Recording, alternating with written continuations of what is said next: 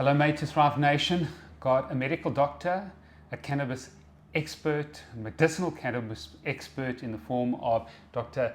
Anton van Rensburg. It's a privilege to have him here, and we want to educate South Africans, Africans, and those abroad that are part of the Made to Thrive tribe about CBD, about marijuana, about people that are just using it recreationally, people are using it medically. So welcome to the Made to Thrive show, Dr. Anton. Thank you very much. Give us a little bit of backstory. You're the CBD expert. I've listened to some of your lectures, being part of the South African Society of Integrative Medicine. People look to you in terms of looking at sort of a stratosphere view. Your background, CBD, marijuana, medicinal cannabis, where do you fit in? Just let the audience know. Steve, I've been an integrative practitioner for it's about 25 years now.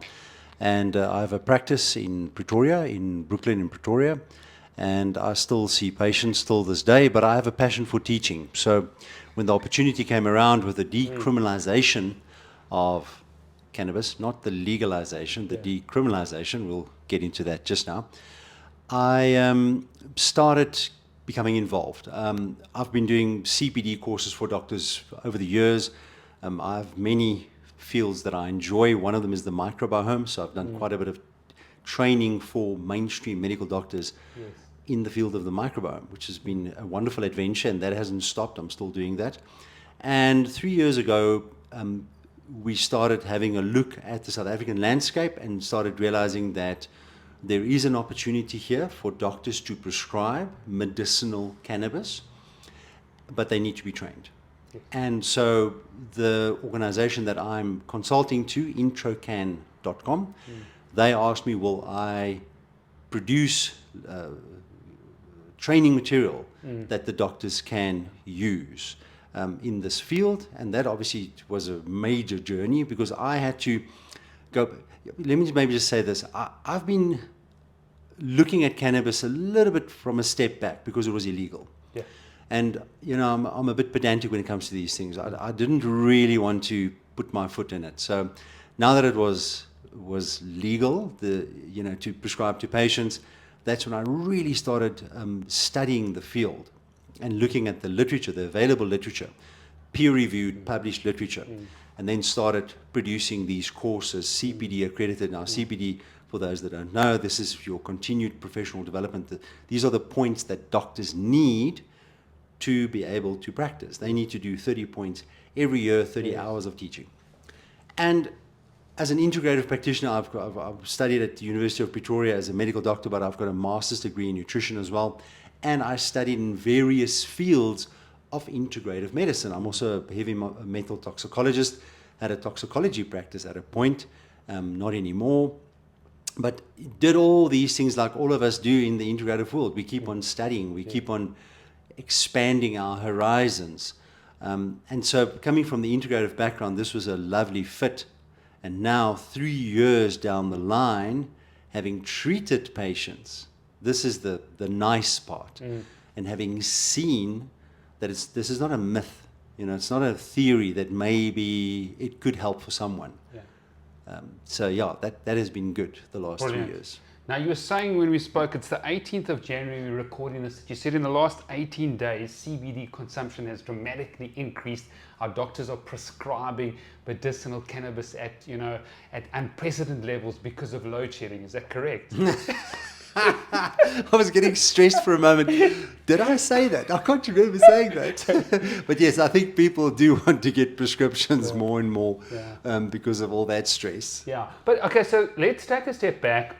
Let's look at what marijuana is, what CBD is, what's available to the person listening out there. We've got some medical doctors and functional medicine doctors that listen to the show, but most people are out there trying to optimize their health, trying to maximize mental performance, trying to deal with sleep. Give us an overall view on all these terms. Someone says, I don't know what CBD is, and I don't know where to get it. I don't know what marijuana is. I don't know what THC is. So give us a little bit of a distillation there. Okay, let's do a snapshot. I think that would be good. So there is a plant called cannabis. It's a good place to start. And the two main strains in the cannabis world is cannabis sativa and cannabis indica. And what the companies who produce GMP cannabis have done, they've taken these plants, and also there are many hybrids of these plants in nature actually, and they've selected the best possible hybrids to produce the purest medicinal version of this plant in flower form, in low temperature vaporizer form, in drops, these oils, and in capsule form. And these companies then have started providing already in Canada 20 years ago, in Israel many years, I don't know how long ago in Israel, but I know Australia is the most recent. They're about 6-7 years ago, and we're following a trajectory that's very similar to Australia. Now this plant, I love phytomedicine, I love plant medicine, always have. I've been treating with plants as a medical doctor in my practice alongside some pharmacological medicines. And this plant is amazing. It has 500 medicinal components, 500, of which CBD and THC are only 2. So it's actually a much more complex discussion to understand how this plant's going to help me. But the point is, when it comes to medicinal cannabis, which is the core of our discussion today, it's different to the stuff that people can buy in South Africa over the shelf. Yes, over the counter. Now I'm going to Sandton City in the middle of the square. There's a little CBD kiosk, and they're selling all these CBD chocolates, and they're selling CBD like chewing gum, and they're selling CBD like jellies, and they're selling in water. CBD. I see there's water now. I mean, the person goes there and says, CBD, brilliant, let me take it. Yeah, I hear what you're saying. So here's the problem, is that most of these CBD products are extracted from hemp. Now hemp is a species of the cannabis plant, but it's a species or a cultivar or a chemovar. Chemovar means a chemical variety that contains nothing of the 500 except the CBD, or very little of the 500 that I'm looking for. And they then extract that CBD in large quantities, and it gets sold in pharmacies, and then it gets sold at, whatever square. Sandton City, it's right there, and that's why I'm asking now. So the person who's listening out there, Dr. Anton, what do they do? Do they go to that and say, let me try it?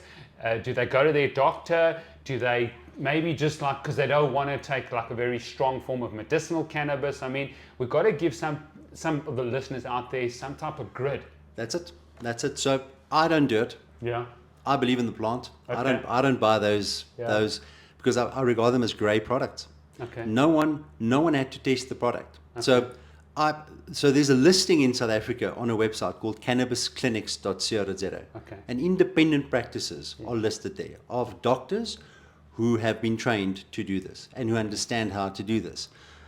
But I tell people that your own doctor can do this. You don't have to go to another doctor. If you have a practitioner that you like, that you believe in, get him or her to be trained in the field of medicinal cannabis. Okay. It's really that easy.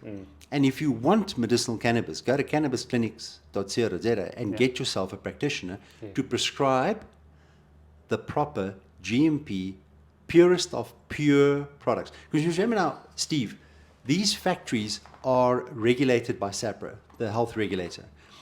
The ones in South Africa and even the ones outside the country, when they start importing, SAPRA wants to see all those certificates where they have all the licenses from their local authorities. Now let's look at the local guys. I've been to some of these factories. You cannot believe how many certificates and licenses they need to have. And when you see you can eat from the floor. Okay. Literally, these plants are nurtured with gloves, and the people working inside the nursery have got full PPE on.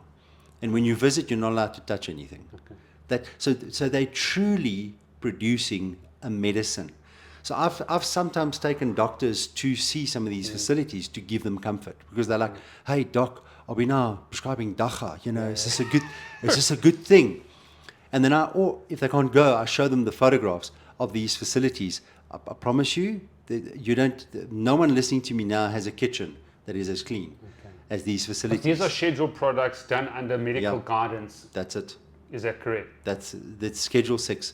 Okay. The moment you use what we call a full spectrum product, which is now the 500 plus ingredients, it's going to contain a little bit of THC. In South Africa, it's Schedule 6, but SAPRA have made it available to doctors via Section 21 application. So all those cannabis clinics doctors, they do Section 21 applications, and it's been streamlined. It's not such a big deal anymore. Patients have access. This is the issue.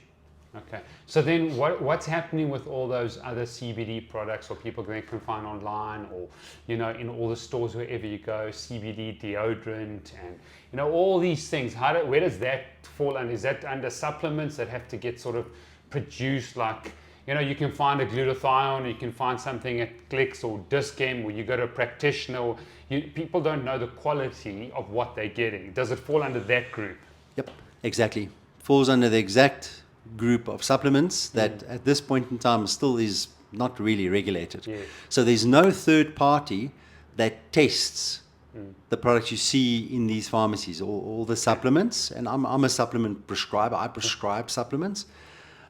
So the same for the CBD, and that's problematic because when I use cannabis in my patients, many of these patients are chronically ill.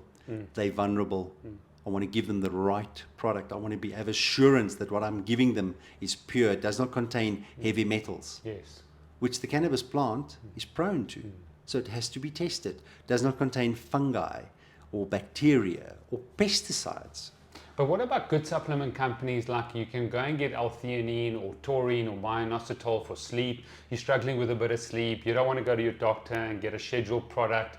You don't want to go for a visit because of sort of financial costs. Are there good CBD, high quality products in South Africa that people can choose that are not Schedule 6, that they might have the individual components, but they've tried L-theanine or they've tried GABA or they've tried one of these things and it hasn't helped, but someone said, hey, what about CBD? I'm struggling with my sleep. Are there those companies that exist in South Africa? I'm quite sure that there are honest companies out there that are doing it, but they would have to then produce on some kind of a website all the certificates of analyses of their products, and they would then publicly say, guys, we got this laboratory to test our CBD product, and this product does not contain, here is the proof, no heavy metals, no. But you're mentioning sleep. This sleep is that is exactly where you need a full spectrum product. Okay. So when I deal with a patient, because I'm registered and my registration's on the line, I just let them do a Section 21 and let them get they can get a CBD dominant product that contains a tiny amount of THC. The issue here is there's stigma with THC. People think, oh, there's THC, now you're going to get hey, you're going to be high as a kite. No, you are not. You are not. Yeah. You are going to be given micro doses. And your sleep, I have a patient recently in the last week, he's taking a CBD dominant capsule that has a tiny, tiny amount of THC, and he takes one capsule at night, sleeps like a baby. Okay. Why is that? 500 medicinal components. We have a thing in the world of medicinal cannabis called microdosing. You don't need that much. Yeah. But that's why I'm telling my patients, just get the Section 21. You get a 6-month repeat script on that one Section 21, and you get the highest possible quality. And that THC, let me just say something, is incredibly medicinal. So I've now gone from being a doctor 4 or 5 years ago that's like, I'm not so sure, I see my cancer patients using it. Now, if someone tells me they've got insomnia, I don't want them to experiment with all the dangerous drugs first, the highly addictive drugs. Correct. I want them to take something that is less addictive than caffeine. It's called cannabis. So CBD and medicinal cannabis, full even spectrum, with the THC, full spectrum medicinal cannabis, less addictive, listen to me, than caffeine. Oh, wow. I would much rather that they do that than use a Schedule 6 medicine from the pharmacy and 1 month later they're addicted. That's powerful. But now you've been training for so long, you're a person who likes to grow in your sort of learning and understanding. Our medical doctors are brilliant, but they're brilliant at saving lives. A lot of them do not want to get into the supplement world unless they're an integrative doctor or functional medicine doctor. We've seen that SASM hasn't grown exponentially. You know, our doctors, we don't have enough medical doctors. A lot of them are inundated. They're in a certain paradigm. They're brilliant at what they do, but do you think some of them, to go and get trained, they won't know enough? You know, sometimes knowing a little and not seeing these patients, you're seeing these patients regularly and you're spending time with them. You've done phytomedicine, you've done so many of these things, and sometimes they're really good at doing what they're doing, and trying to incorporate something of a little is not sometimes very unhelpful. Thankfully, medicinal cannabis is incredibly safe. So let's start there. And it's not that complicated to treat with. That is why I do have GPs in the classic traditional GP practices that are managing to prescribe it. Why? Because obviously my training, they have to go through my training. Yes. Okay. So but they need the CBD point. So it's a win-win here for the doctor. But cannabis as a medicine, because microdosing works so well, all the patients have to find their own dose. Okay. So none of these docs have to now go and sit there and study, this is the dose for you, and this doesn't work that way. Everybody has to find their own dose. So the patient has to go and work and get that dose. And what about the use of a health coach? You know, at Matrix Drive, we've got health coaches to walk alongside. It's a very big thing. The Cleveland Clinic in the US, you know, I've studied there. I've got health coaches on my team that help people navigate this health journey, because a lot of people don't know, you know, and then they think more is better, then they get more stressed and they take more of it, and obviously they got to, but it can get into that place where they don't have someone that they can talk to frequently. Medical doctors are so busy. I think the average consult in South Africa, I think, is 12 minutes, you know, for a medical doctor. I think it's 7 minutes in the States. So that 12 minutes to now navigate, and do I combine CBD with this, and what happens if I do this, an empty stomach, and can I do CBD with fasting? I mean, there's just so many questions and sort of variables. What are your views on health coaches? No, yes, I love it. I love it. So what we've done, so the portal where we train the doctors, the support platform for the doctors is introcan.com. And Introcan has a patient companion, a registered nurse, who is available basically, well, I say 24/7. She has to sleep. So let's say 24/7 minus sleep. But this sister is available to journey with the patients, especially the ones who have slightly more complicated problems. When I sleep, I can just tell you, you know, it's one inhalation, or, you know, 3 days later, it could be 2 inhalations, then nearly everyone's sleeping. It could be 3 inhalations. Simple. You really have to work hard to stuff that up. Or you want to be high and you like take 10 inhalations of, because these low temperature vaporizers is very low dose. It's going to be a total waste of time and money. But my chronic pain patients who have had pain for 10 years, and I need to now give them 2 oils, 1 oil in the morning, 1 oil at night, and I'm giving them a different oil at night as well, just to bolster the effect. You see, it can get a little bit more complicated. Sure. So we have a coach, for lack of a better term. We call her the patient companion, and she helps, but I'm very pro wellness coaches. Yeah. Risks, long-term risks of, you know, medicinal cannabis. How, you know, are there, should people concerned if they got cardiovascular conditions, or, you know, what are the sort of no-nos? Right. So we are very careful with high THC products. Okay. So which means if you want to use the dry herb, because there's a medicinal way to use the dry herb. We call it, you use it through a medicinal vaporizer. It's a low temperature vaporizer. When you use that, or the low temperature vaporizers, the battery operated vaporizers, or the high THC oils, okay, so it's very specifically these 3 groups. Then we say, if you've had mental health problems like psychosis, not depression gets better with medicinal cannabis. If you've had a psychotic break or a severe bipolar, be careful of THC. If you have ischemic heart disease, you've had a stent before and you're getting angina pains, be careful of the high THC products. So there are some warnings there. But most of my patients, where do we start them? We start them with CBD dominant. CBD, which is the non-psychoactive component in cannabis. THC is the psychoactive component, but both are cannabinoids. How many cannabinoids are there? We think about 130 Every year, there's about another 5 that we discover, Okay. more and more all the time. Brilliant. So you don't know of any companies, if someone doesn't want to go the medical route, that you, because I mean, if you look at the supplement world, you know, you can got companies that have been importing for a long time, you know, products like Zymogen or Solgar. You want a good, you know, quality backed, third party tested product, you know, when it comes to supplementation, which can be very effective for a lot of people. I think it's not either the pharmaceuticals or the supplementation. It's not non-use, it's correct use. Correct when use. it comes. So are there any companies or any products that you would say to someone who's living in Mossel Bay, you know, or who's struggling with stress living outside and their doctor is not trained, which is, you're saying we shouldn't be doing that. A doctor shouldn't be prescribing or getting a Section 21 if they haven't been trained by someone like yourself. Then what can they do from a CBD perspective? No, it's just a difficult question, because I want people to get the benefit of the full plant, because the CBDs that you buy on the shelf is CBD. Yes. Minus 499 other things Sure. that you need. Because remember now, there are terpenes in the plant, there are flavonoids, there are polyphenols. This plant has got all these things that we call it the entourage effect. That's an entourage of chemicals, natural chemicals that are going to help the patient.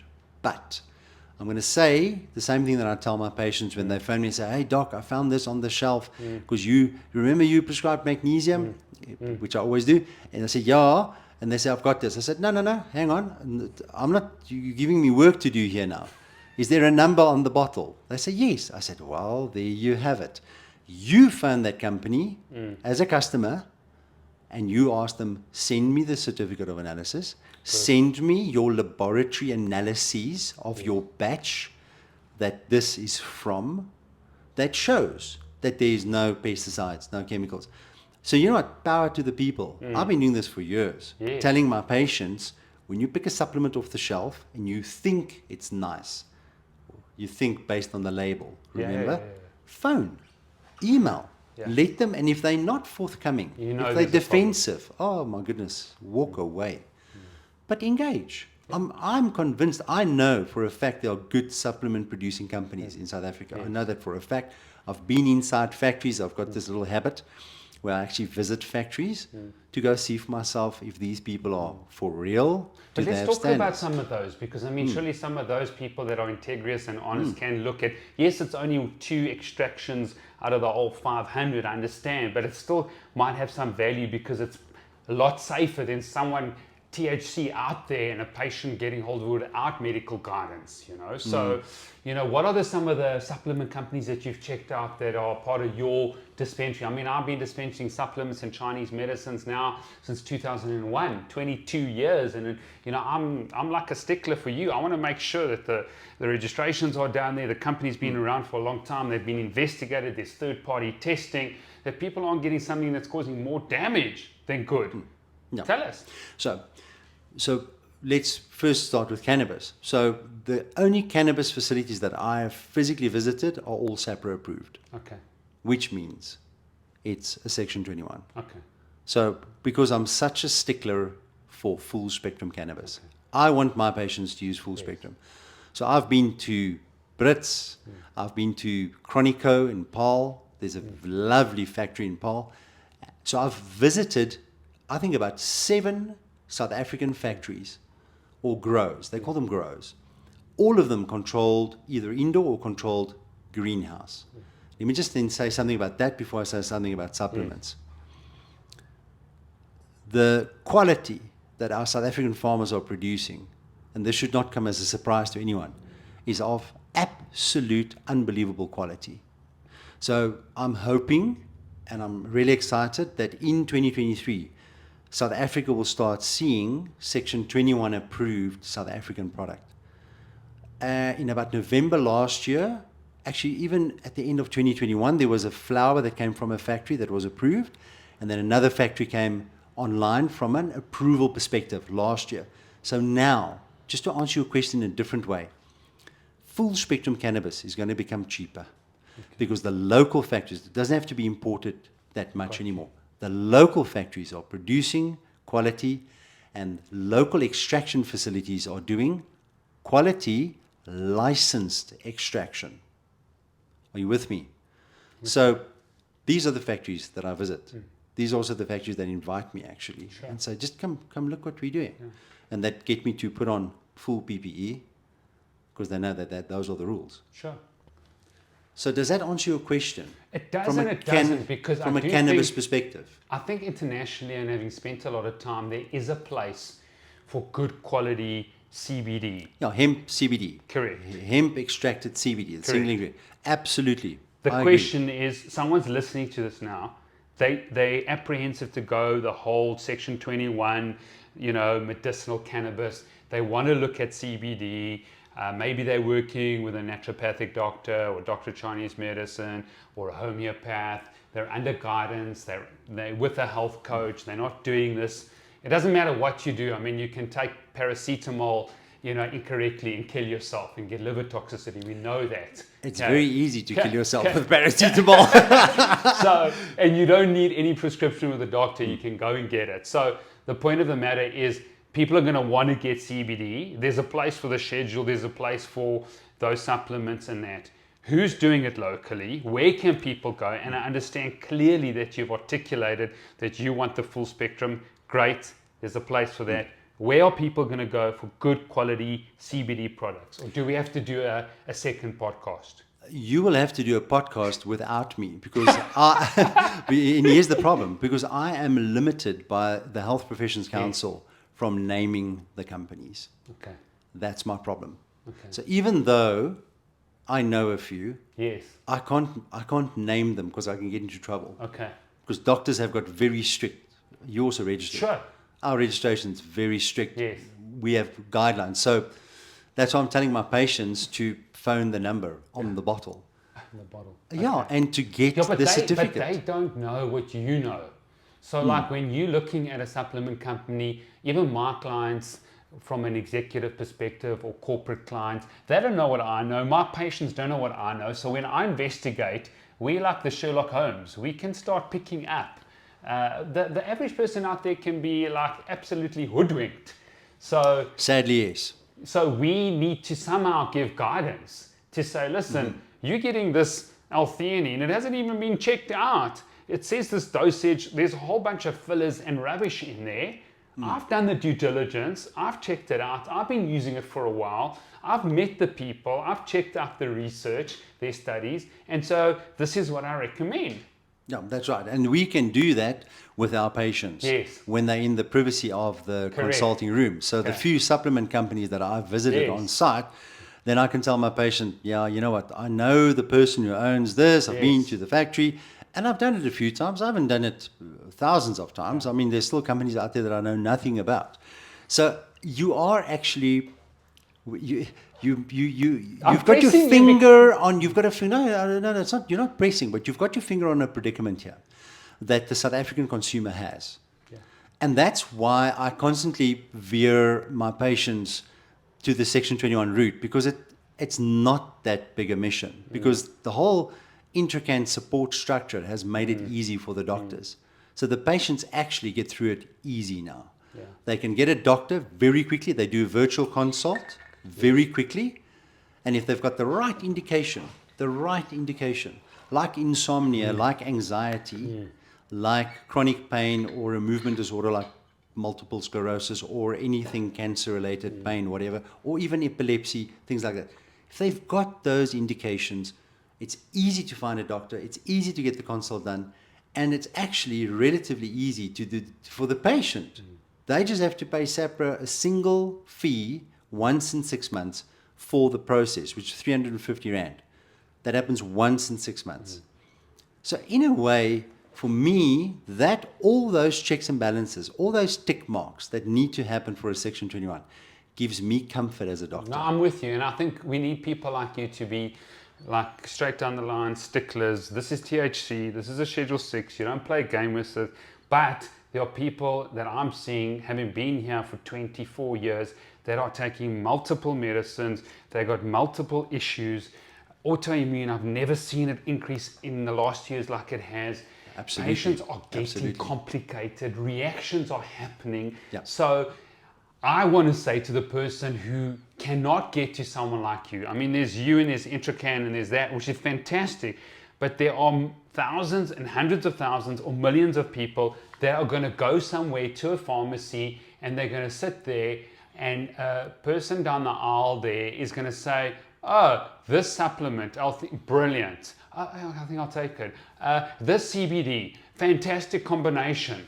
And we don't, at Made to Thrive, we're here to educate and empower people. But you're speaking to a bigger issue here now. You're speaking to the lack of third-party testing and regulation, sensible regulation of the supplement industry. Correct. This is actually what you've got your finger on here now. But tell us about that. What is happening with it? And while it's in limbo, it's still in limbo, because here, and I'm going to be very careful here now, but it would seem that SAPRA started moving, in my opinion, in the right direction, because we need to protect the consumer, we need to protect our patients, to put some form of regulation in place, that a guy can't just have a capsulating machine in his garage, which is happening.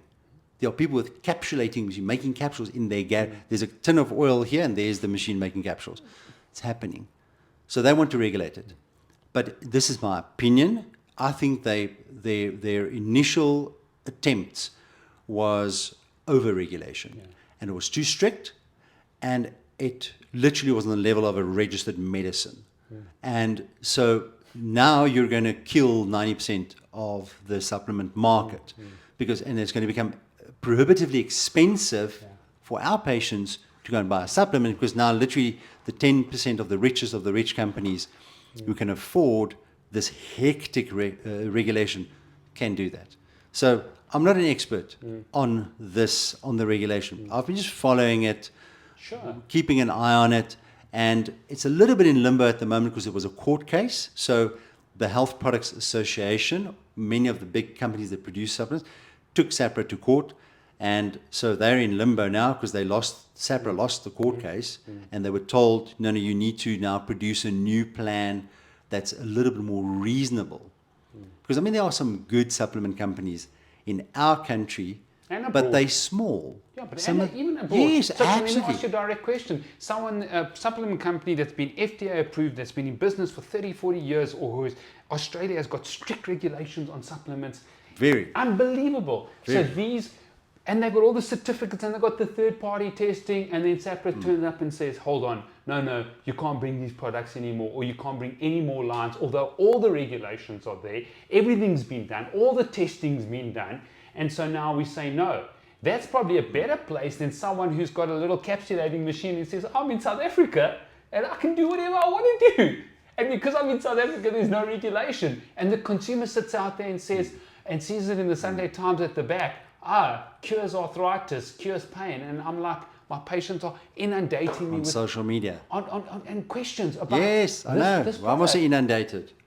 Is this good? Is it going to work? But doesn't that make sense? That a company that's been in business for so long with rules and regulations in place, FDA approved or approved by the Australian government, should have been allowed to continue with those products until some type of plan was put in place. You're right. I don't have an answer for it. That fight is midway. And we'll have to see. We'll have to see where it ends up. So you're saying CBD now? Because I'm of the belief that both are important. Both a medicinal cannabis, Dr. Anton, and a CBD that is safe. I agree. Okay, out there.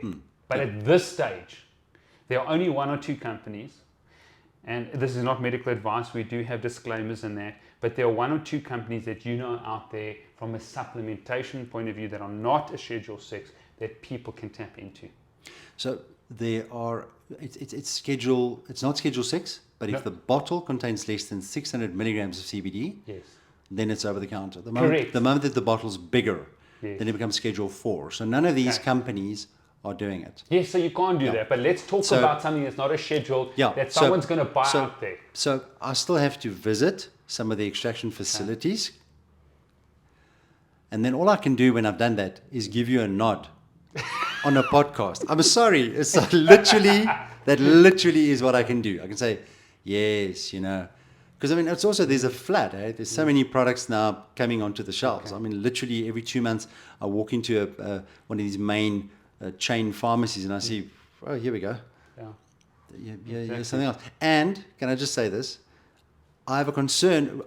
That's the product that I want third-party testing on. Because one of my patients did come to me with a child who had a particular problem, and they bought over-the-counter CBD product, said on the label from hemp, and the child got high. Wow. Which means they were lying on the label, as companies do.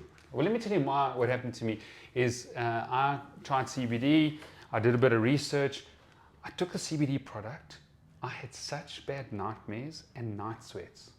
Just 2 days. And I thought, hold on now.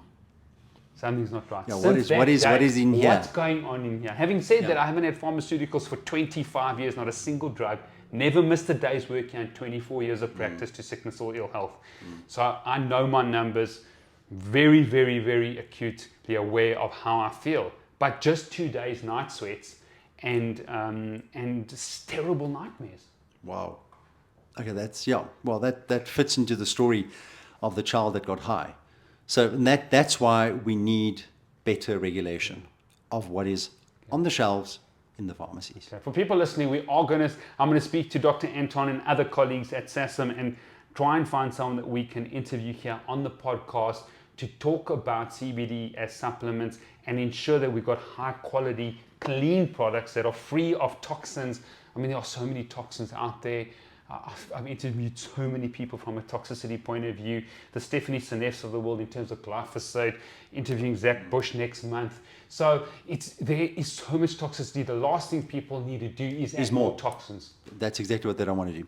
But remember now, especially when it comes to cannabis, the plant itself, it's a phytoremediation plant. And what that means is if you have dirty soil and you want to clean that soil, you plant cannabis and the cannabis will withdraw. It's actually quite amazing. Will clean your soil for you. But then all those toxins end up in the cannabis plant. Yeah. So if you plant cannabis, even for the people that are doing it at home. Tell us more about that. Do you know what your soil contains?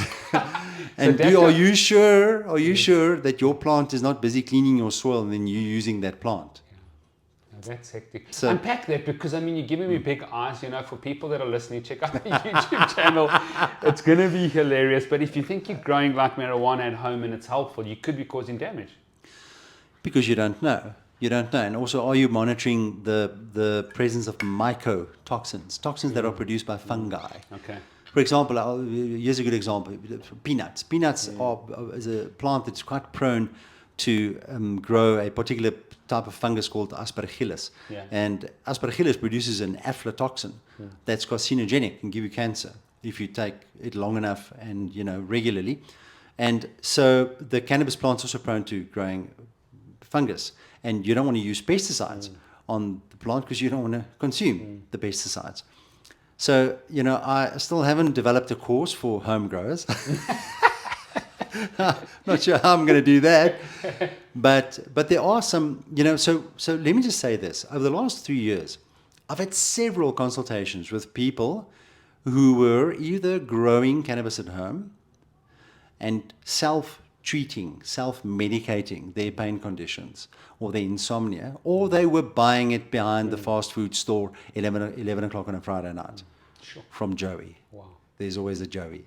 and they book a consult with me purely to get off the unknown cannabis that they're on, because it's helping them, then it's not helping them. Then they feel sick, then they have nightmares, then it's helping them again. They want standardization. Correct. They book the consult.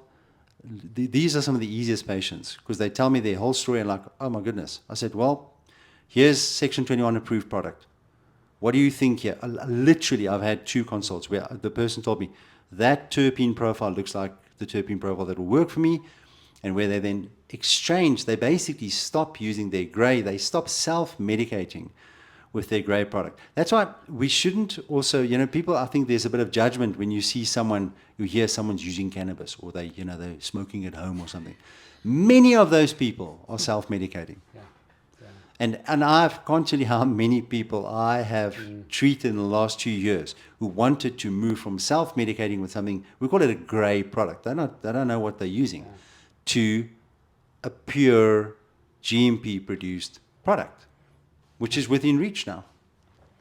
Okay, let's go into symptoms. People are listening here as we come to the end of the show. Sleep, pain. What are the main sort of conditions or symptoms that medicinal cannabis would help? And let me sort of frame it with this. I've been measuring my sleep data with an Oura ring or a ring like circular here, my REM, my deep. I know my sleep cycles, and although it might not be totally accurate, we know that compared to the sort of sleep clinics, it is precise. In other words, it makes the same error. So it's a trend we're looking at. I know what certain supplements, I've done the testing, what a theanine does to my REM sleep. I know that vitamin C, liposomal vitamin C, improves my REM sleep significantly that night.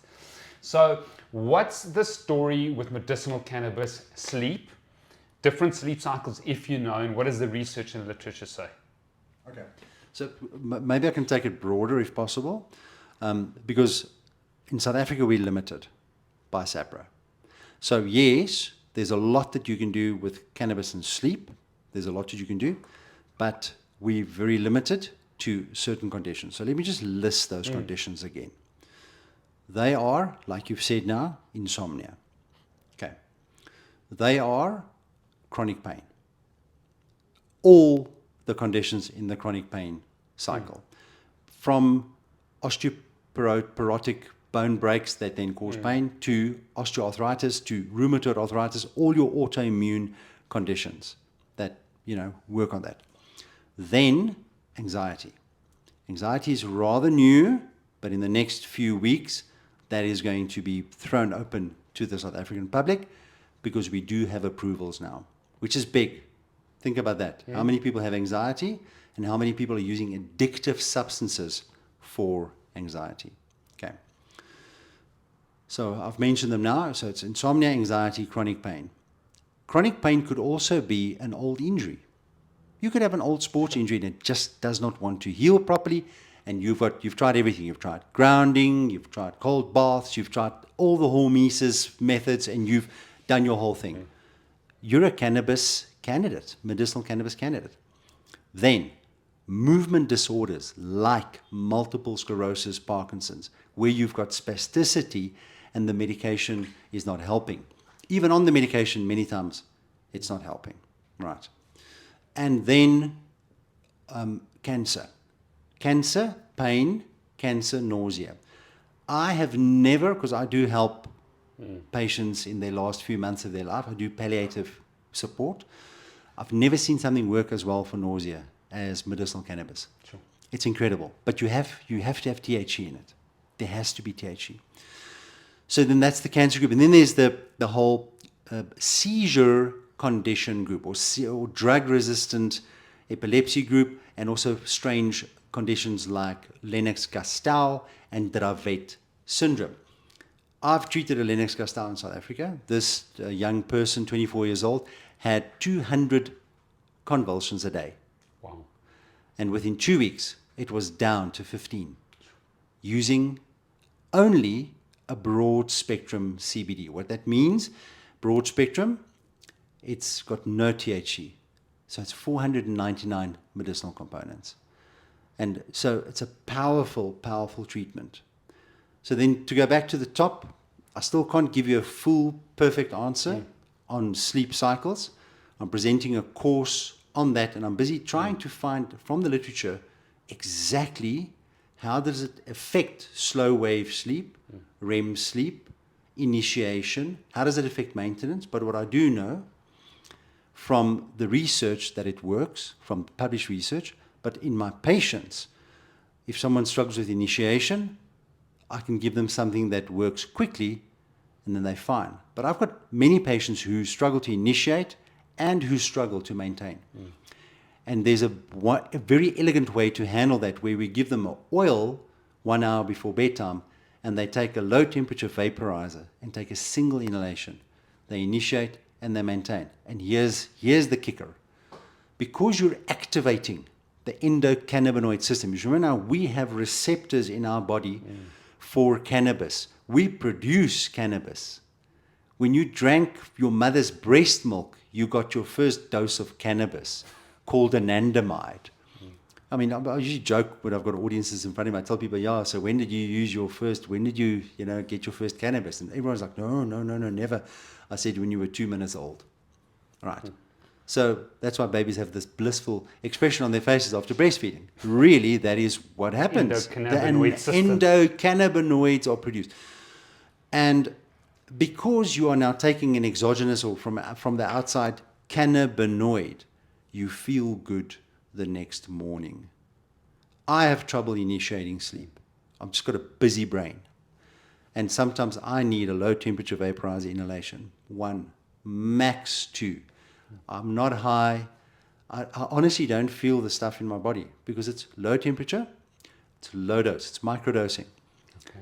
But the first few times, I felt what it feels like to activate the endocannabinoid system, which is ubiquitous right throughout the whole human body. So there's a feeling of wellness that comes with it. Does that make sense? It does. And I think, times of busyness myself and my mind racing and ruminating, maybe that is a different option for me to, explore. But what about physical and mental performance? I got a lot of athletes that listen to the show. What does it do for people that are they've got performance anxiety, they struggle pre-race? Is this an option? It is an option. They must just make 100% sure, and I think this is the message for people who work in certain work environments where drug testing takes place. So you must do your homework.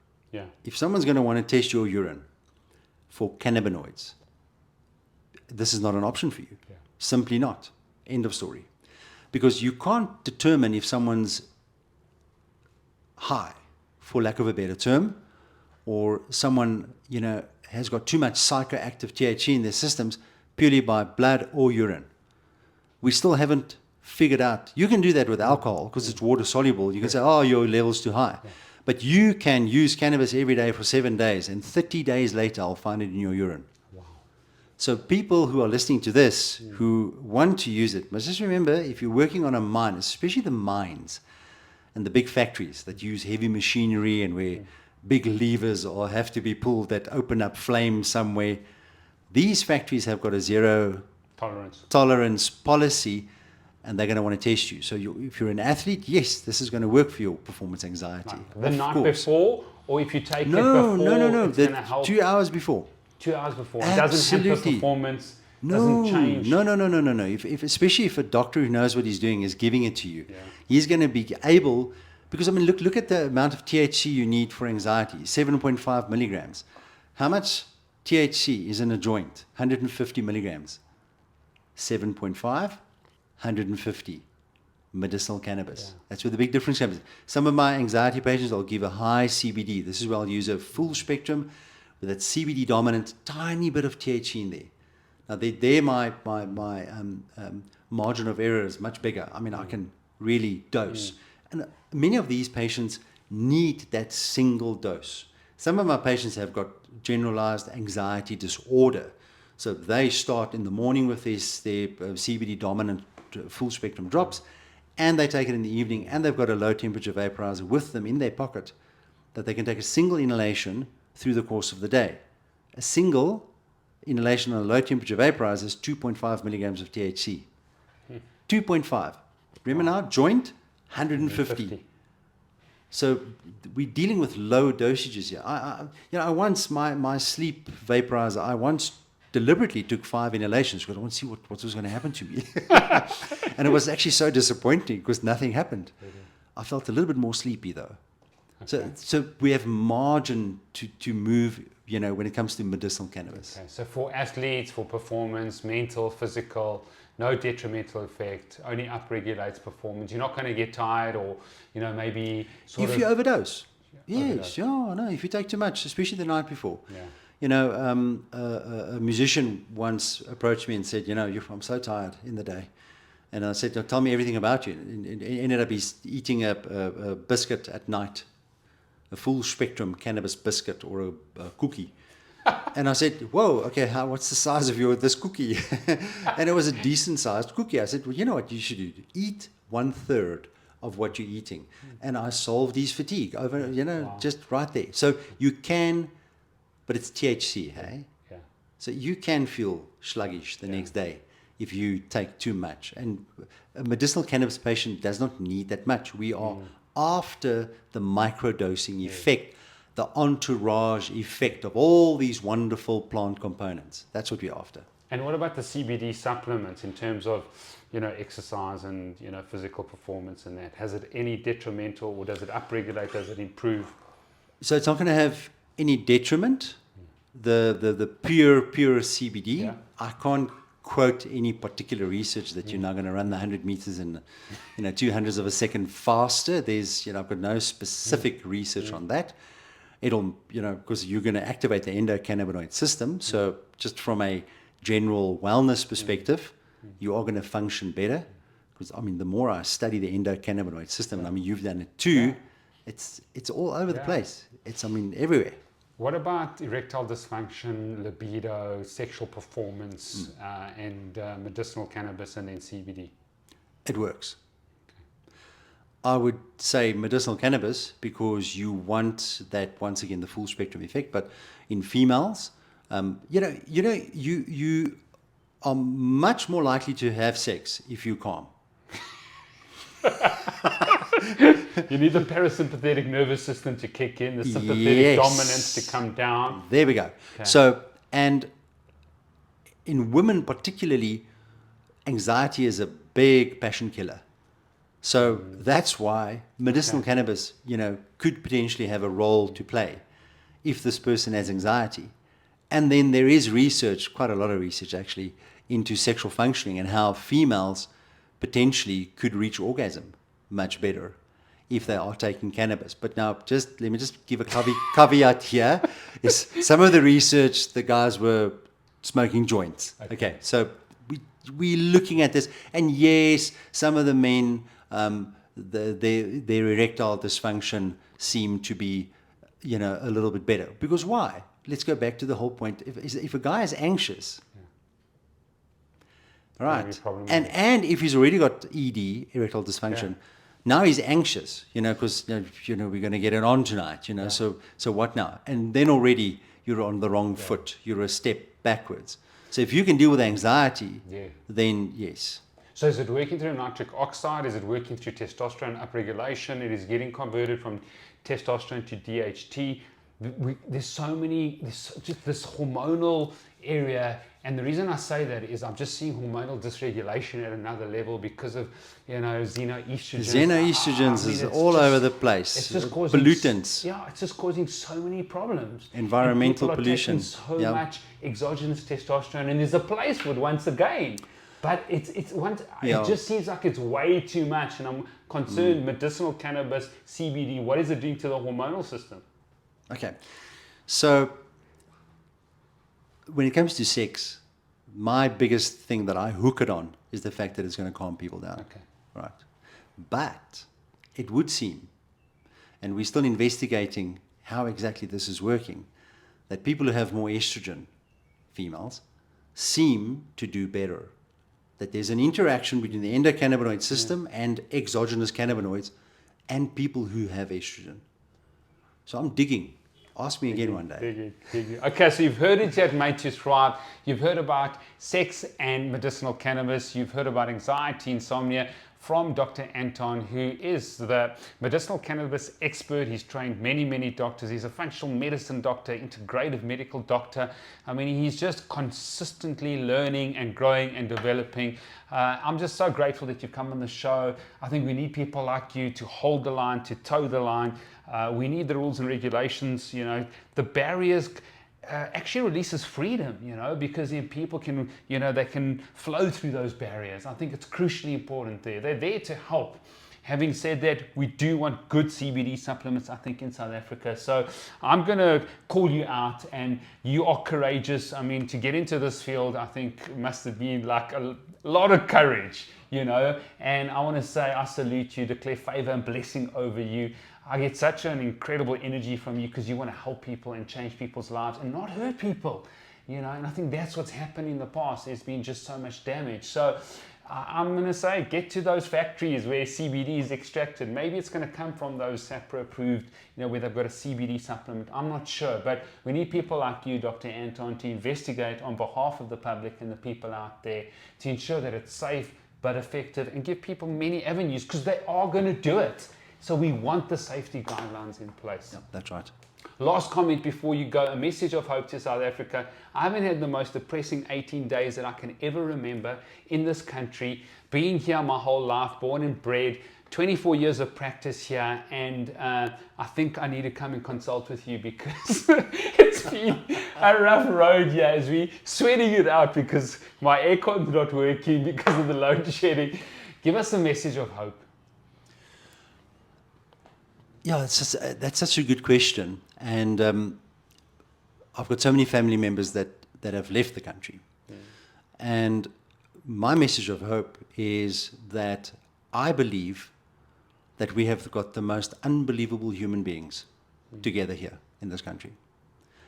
And we will overcome. And it's not going to be easy, but we will overcome. Because when I've traveled the world, I've had the privilege of being in many countries. I've worked in strange places like Yemen, in the Middle East, in the hospitals there. I've done some relief work, all over the world. And the one big thing that differentiates us from everybody else are the people on the ground. Not the politicians, the people on the ground. And we have amazing human beings that can be friendly like this. They sit in a toll booth there the entire day, but if you greet them with a smile, they will greet you back with a smile. Where in the world are you going to get that? Yeah. You're going to get it here. Yeah.